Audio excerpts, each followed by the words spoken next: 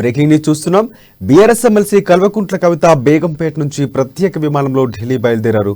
Delhi liquor scam లో రేపు విచారణకు హాజరు కావాలని ఈడీ ఆమెకు నోటీసులు ఇచ్చిన విషయం తెలిసిందే.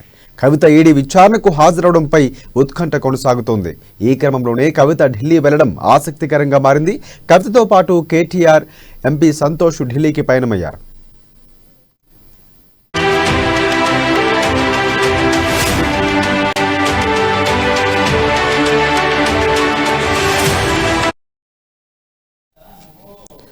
లిక్కర్ కేసులో ఆరోపణలు ఎదుర్కొంటున్న కవిత ఈ నెల 11న మొదటిసారి ఈడీ ముందు విచారణకు హాజరయ్యారు. అనంతరం ఈ నెల 16న విచారణకు రావాలని ఈడీ కవితకు నోటీసులు పంపించింది.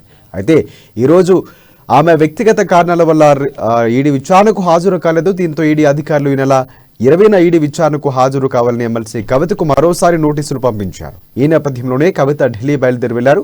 అయితే రేపటి విచారణకు కవిత హాజరవుతారా లేక మళ్లీ డుమా కొడతారనేది ఇప్పుడు ఉత్కంఠంగా మారింది.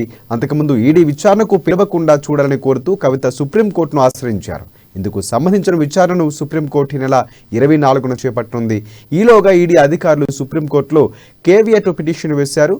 ఈ అన్నింటి నేపథ్యంలోనే కవిత విచారణకు హాజరు కావాల్సిన తప్పని పరిస్థితి నెలకొంది.